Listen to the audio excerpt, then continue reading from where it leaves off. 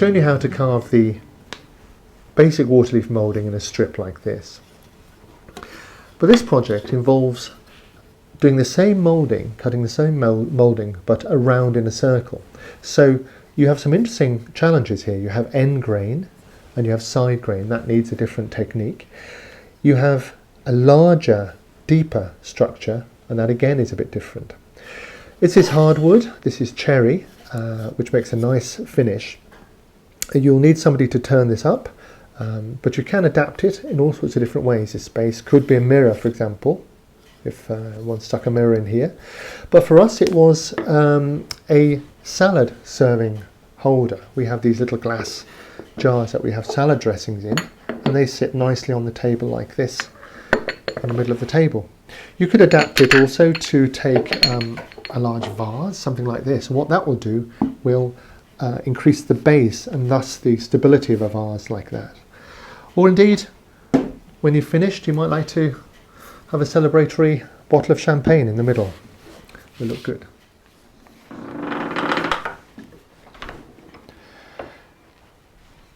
The best way to hold the work is in a work holder like this, adjustable stand that you can turn round and get to all the parts you like. Make sure it's well secured when you're carving.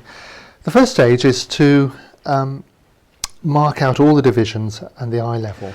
To mark the eye line, I've got a template, and it very neatly runs along the top here. I spent a long time getting this right so that it runs smoothly. It has a notch in for the eye line, which I've calculated, and putting my pencil in the notch, here's my eye line going along. To get the divisions, because it's going round, it's more to do with degrees than just stepping off. So luckily I used my protractor here and it just fitted inside. Otherwise we're going to have to make a paper template of this circle here and divide that up. So locking that in position with a bit of masking tape, I was able to mark off my divisions. I'm going to have 12 leaves, so that's 30 degrees per leaf, 15 degrees on the half divisions. So I've got a second template here, and again I spent a long time making this accurate, and once I've got my marks on the top ridge here, I can come down and mark these lines here, which are the half units. And you can see how they'll splay out because the whole thing is radially. So this is going to be a different shaped sort of leaf from the one we did before. So go all the way around, eye line and these divisions, and make sure that's pretty accurate all the way around. The eye goes in just above the eye line, dividing the vertical line in two. So start pushing in, lift the corner around, pushing in, lift the corner around, pushing in, and so on until you've got the circle. This is a hardwood. I'm going to use a mallet, so lifting,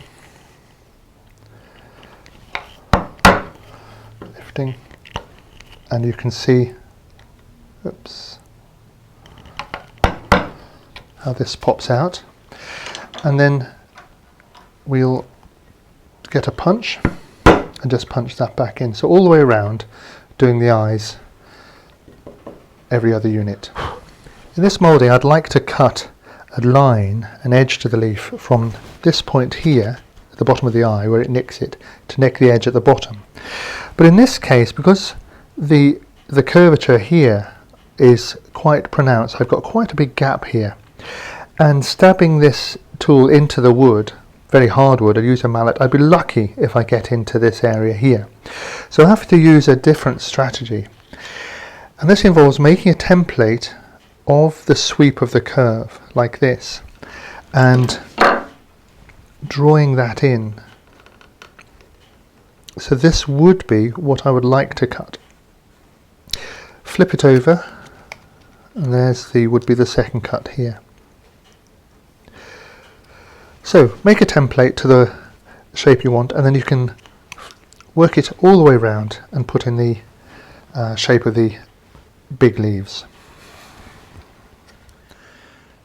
So this is a shape of gouge I wanted to cut with, and there is my template, fits in the middle there. If I turn the tool over, this gouge, which is what I'm going to use, actually fits this curve, this sweep, as close as I can. So this is a tool I'm going to use for the carving. It's a good idea to score this line by pushing your gouge in. Stab it in and then shunt it along a little bit like this, so you come up. So this is a nice continual line down here, pushed in. And then with your mallet you can do the tapping in. Don't cut in this direction, that's undercutting. Come fairly down on it like this. So that's now picking up the big curve, like so. And then repeat the same thing on this side here.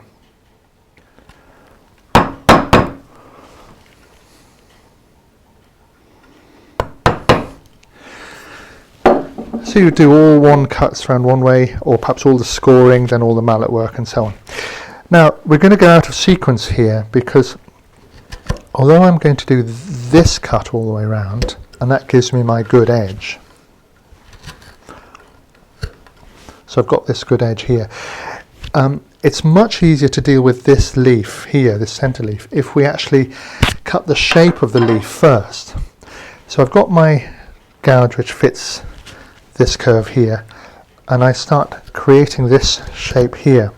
So this is the upper surface of the leaf, and I'm going to take it to this centre point, centre line up here. It's a bit more like ordinary carving this, because it's so big, and you do have the problem of going out of the with or against the grain here. So take out both sides like so, and bring this fairly down to the bottom.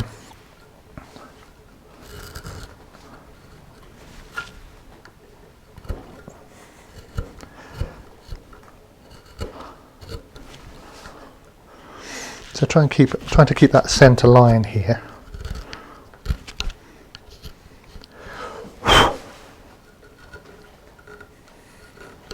So this is a concave again. You see that shadow here? I'm going to try and tune that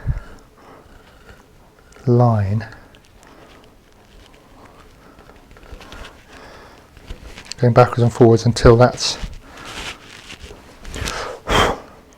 fairly accurate. It doesn't have to be perfect, this is hand done. Clean up that edge. So what this face is, when I finished it, what this face is will be the leaf coming around here. So I've really done the top of the leaf here, and all this will later be removed. So work your way around, cleaning this leaf up, trying to tune it nicely.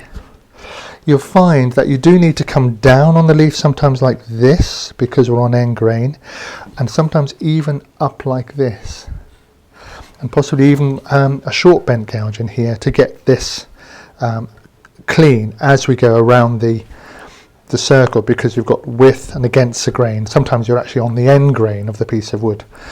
So work your way around and create this shape here.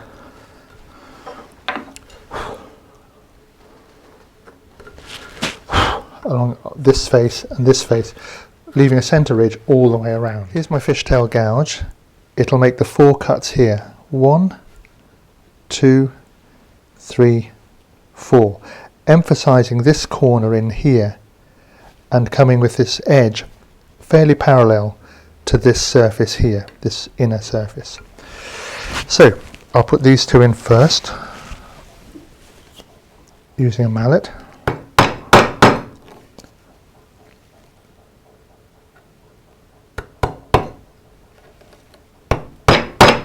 Then these 2 here.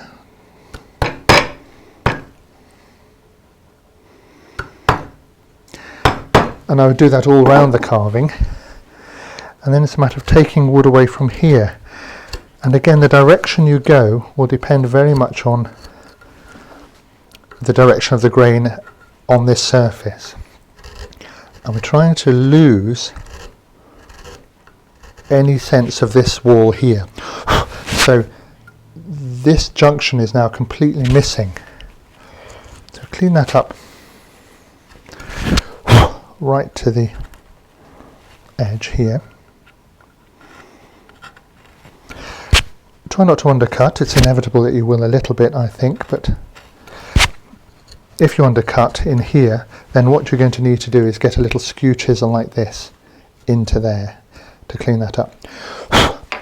So, work your way around and relieve all these secondary leaves all the way around.